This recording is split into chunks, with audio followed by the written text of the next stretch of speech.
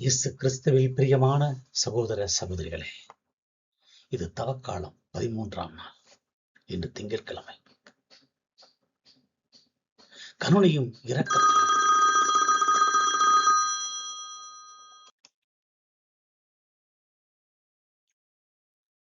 இந்த புனிதமான 13ஆம் நாளில் நாம் கூடி வந்திருக்கிறோம். தவக்காலத்தின் மையம் மனமாற்றம். இந்த மனமாற்றம் தனிப்பட்ட வாழ்வோடு நின்று விடாமல் நம்முடைய சமூக வாழ்வையும் ஒழுக்கி மாற்றி அமைக்க வேண்டும். இந்த இறைவார்த்தைகள் தவக்காலத்தின் நோக்கம், தன்மை மற்றும் பொது வாழ்வின் கருணையின் தாக்கம் ஆகியவற்றை மிக தெளிவாக நமக்கு தருகின்றது. இந்த சமூக பாவத்தின் கூட்டு ஒப்புதல் என்று சொல்லலாம். சுயநீதியை களைந்து நாட்டினுடைய பாவத்திற்காக மனமாற்றம் கோருதல். இறைவாக்கினர் தானியேல் எழுப்பும் ஜெபம் தவக்காலத்தின் அடிப்படை நோக்கத்தை உணர்த்துகிறது. அவர் தனிப்பட்ட பாவங்களுக்காக அல்ல, முழு இஸ்ராயல் மக்களுக்காக பாவ மன்னிப்பு கோருகிறார். ஆண்டவரே, எங்களை வெறுத்து ஒதுக்கியோர் மீது நிறைய சாபத்தை உறுதிப்படுத்தினீர்.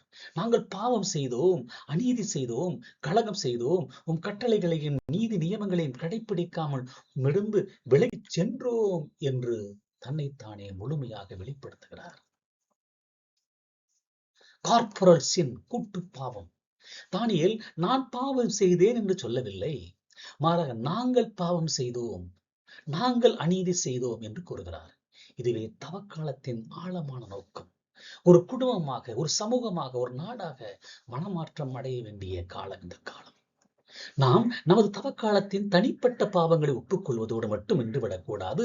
நம்முடைய நாட்டிலும் சமுதாயத்திலும், ஏன் நமது திருவையிலும் கூட நிலவும் வரலாற்று அநீதிகள், ஒடுக்குமுறைகள், ஜாதிய சமய பாகுபாடுகள் ஆகிய சமூக பிழைகளுக்காக நாம் பொறுப்பேற்க வேண்டும் என்று திருச்சபையில எத்தனையோ அநியாயங்கள், அட்டுழிகள், அடக்குமுறைகள், அரசியல் தந்திரங்கள், எல்லா விதமான தீமைகளும் அரங்கேறிக் கொண்டிருக்கிறதை பார்த்தும் பார்க்காமல் இன்றைய உலகம், திரு அவை உலகம் வாழ்ந்து கொண்டிருக்கிறது. கடவுளின் நீதிக்கு முன் வெட்கம் எங்களுக்குத்தான், நீதி ஆண்டவருக்கே உரியது என்று ஏற்றுக்கொள்வதே இந்த நாளின் நோக்கம். நம்ம துன்பங்களுக்கு காரணம் கடவுளின் கோபம் அல்ல, நம்முடைய சமூக கீழ்ப்படியாமையே என்பதை உணர்ந்து முழு மன தாழ்மையோடு மனமாற்றம் கூற வேண்டும். தந்தையுடைய கருணையை செயல் வடிவமாக்க வேண்டும். தீர்ப்பை களைந்து எல்லைகளை தாண்டி மன்னித்து நாம் வாழ வேண்டும். தானியேல் கடவுளின் நீதியையும் கருணையும் ஏற்றுக்கொண்ட பிறகு இயேசு கிறிஸ்து அந்த கருணையும் சரியான தன்மையை நமக்கு கற்பிக்கிறார். உங்கள் தந்தை இரக்கமுள்ளவராய் இருப்பது போல நீங்களும் இரக்கமுள்ளவராய் இருங்கள். நீங்கள் தீர்ப்பிடாதீர்கள், அப்போது நீங்களும் தீர்ப்பிடப்பட மாட்டீர்கள். மன்னிக்கணும், மன்னிப்பு கொடுங்கள், அப்பொழுது உங்களுக்கு மன்னிப்பு கிடைக்கும் என்கிறார். நம்முடைய தவக்காலத்தின் மையத்தன்மை கடவுளின் கருணையை நாமும் பிரதிபலிப்பதாகும். நாம் உபவாசம், ஜெபம் ஆகியவற்றை செய்வதற்கு முந்திய நம்முடைய உள்ளத்தின் கருணையும் இரக்கத்தையும் உணர்ந்திருக்கிறோமா என்று நாம் உணர வேண்டும். மற்றவர்களை அவர்களின் தவறுகளுக்காக எடை போடுவதையும், சமூகத்தில் ஒரு குழுவை விலக்கி வைப்பதையும் நாம் முதலில் நிறுத்த வேண்டும். உள்ளத்தில் இருக்கும் பகைமையை, வன்மம் ஆகியவற்றின் பிணையிலிருந்து நம்மை விடுவித்துக் கொள்வது நல்லது. இயேசு மிக முக்கியமான கருத்தை இங்கு முன்வைக்கிறார். அதாவது அழுத்தி குலுக்கி நிரம்பி வழியும்படி அளந்து கொடுக்கப்படும் என்கிறார். நம்முடைய தர்மம் என்பது அளவோடு, மெஷர்டு இல்லாமல் எல்லையற்ற கருணையோடு கொடுக்கப்பட வேண்டும், இரக்கத்தோடு கொடுக்கப்பட வேண்டும். நம்முடைய உபவாசம் சேமிக்கும் பொருளை நாம் கருணையுள்ள உள்ளத்தோடு பிறருக்கு கொடுக்க வேண்டும். இது வெறுமனே ஒரு கடமை அல்ல, இது கடவுளின் அளவை நாமும் பயன்படுத்துவதை இருக்கிறது. இங்கு இறையியல் பார்வை என்ன? கருணையும் அநீதி அமைப்புகளும்.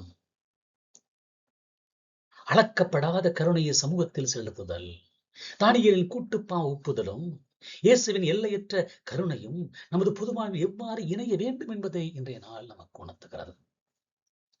தானியேல் கூறுவது போல, இன்று நமது சமூகம் சந்திக்கும் பொருளாதார ஏற்றத்தாழ்வுகள், வறுமை, சுற்றுச்சூழல் அழிவு, அரசியல் ஊழல், இவை வெறும் தனிப்பட்ட தவறுகள் அல்ல, அவை நம்முடைய சமூகத்தின் கூட்டு பாவங்கள். இந்த தவக்கால நம்முடைய சமூகத்தின் பாவங்களுக்காக பொறுப்பேற்று பேச நமக்கு கற்றுத்தருகிறது. லூக்கா நற்செய்தியில் இயேசு தீர்ப்பிடாமல் இருக்க சொல்கிறார். The non-judgmental attitude is very much needed today. பொதுவாக நாம் பிற அரசியல் கட்சி தலைவர்கள், சமூக குழுக்கள் அல்லது எதிர்க்கட்சி கருத்துடையவர்களை தீர்ப்பிடும் போக்கை கைவிட வேண்டும் என்று ஒவ்வொரு கட்சியும் இன்னொரு கட்சியை மாறாக தீர்ப்பிட்டுக் கொண்டிருப்பதை நாம் பார்க்கிறோம்.